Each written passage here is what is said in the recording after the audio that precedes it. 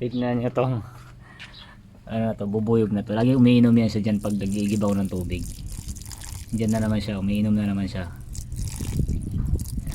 Ay, umalis na, babalik-balik yan eh. Ay, kaya minsan pag nagbubukas ko, alam niya lumalapit siya agad. Tapos iinom, nasa na, umalis na. Babalik na naman mamaya yun. Nakainom na siya eh. Guys, ito nga pala. Sa mga butcher dyan, hindi ko alam kung gumagawa kayo nito sorry, gumagawa kayo nito o gumagamit kayo nito. Ito binili ko lang tong dalawang machine, tapos yan ini-screw ko lang dito sa side blower. Ayan, 4 na screw pinagtabi ko. Ito yung ginagamit ko na pang hollow grind. So ibig sabihin ng hollow grind, yung parang ganito yung blade. Nalagyan namin ng blade yung kutsilyo namin. Kasi pag bago kasi, ito bago, yan. Kukunti lang yung wala pang blade yan, parang ano, isang dalawang guhit lang yung blade yan. Kaya para tumagal, magagamit pa rin namin yan. Ginagawa namin ng blade. So ginagawa ko, nilalagay ko yan sa gitna para magkaroon ng blade habang umiikot siya. So malaking bagay ito. Hindi ko lang alam sa iba dyan kung gumagawa kayo o gumagamit kayo ng ganito. Pero ito yung ginagamit namin dito, especially ako. Yan. Nag-invest talaga ako ng gamit para pang sarili. Kasi diba dapat sabi na kumikita ka naman, dapat nag-invest ka rin ng mga gamit pang sarili mo kasi ikaw rin naman gagamit yan. Nakatulong din yan sa pang-araw-araw mo na trabaho, lalo na pag butcher ka. Yan. DIY lang yan. Yung iba sa company namin merong mga hollow grind talaga na machine malaki, pero mahal yun. Natin kaya ka. Kung pwede ka naman mag DIY, ayan, dalawang bench grinder lang yan, pinagbaliktad ko. Dapat magkabaliktad kasi isa lang ang ikot nito, clockwise. Kaya dapat yung isa ipi-flip mo para opposite yung ikot naman pag ganun. Hindi pwedeng pailalim yung kain niya, dapat palabas. Ayan, papakita ko sa inyo paano gamitin. Tapos dapat yan, meron kayong tubig. Ilulubog nyo yung kutsilyo dyan para hindi siya iinit, para hindi masunog yung blade, hindi mangingitim. So ito siya guys, bago yan. So meron siyang talim, pero yung factory talim niya parang kapiranting lang, diba? Maliit lang yan. So gagawin natin, lalaparan natin yung blade, abutin natin dito. So doon natin lalagay sa gitna. So tara, tirahin natin. Papakita ko sa inyo yung, ito yung before hollow grind, then after.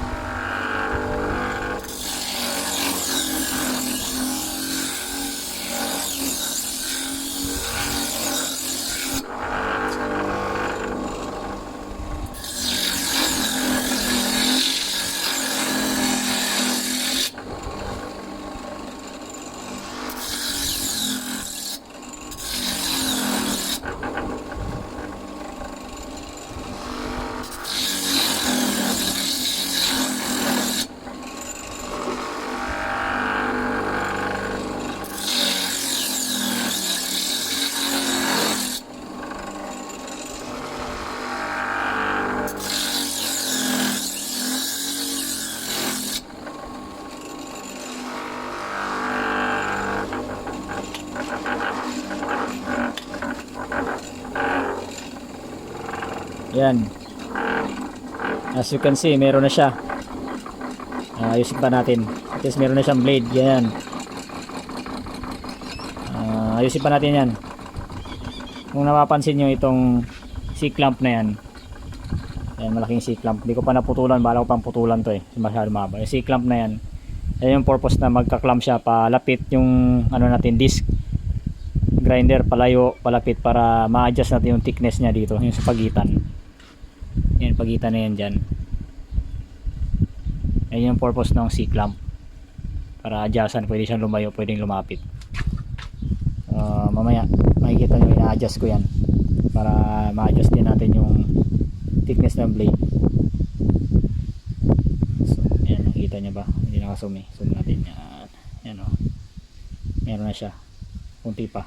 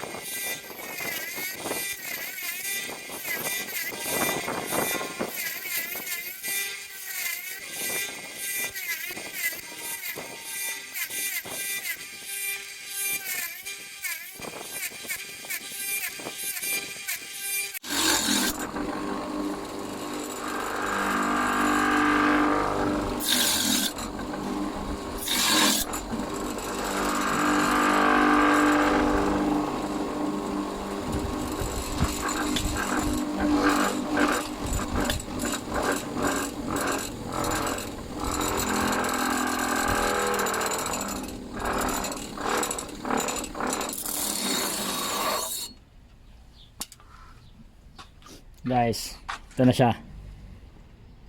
Kita nyan, ikot natin kasi against the light. Ayan na. So ito na yung ginawa natin kanina. Ito yung isa. Isa, hold on.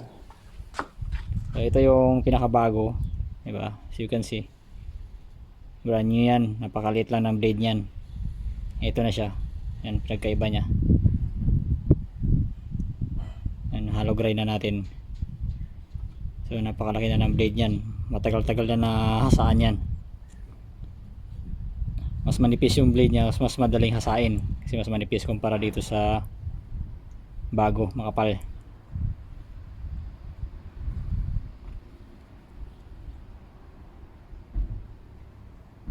See the difference sa wide ng blade.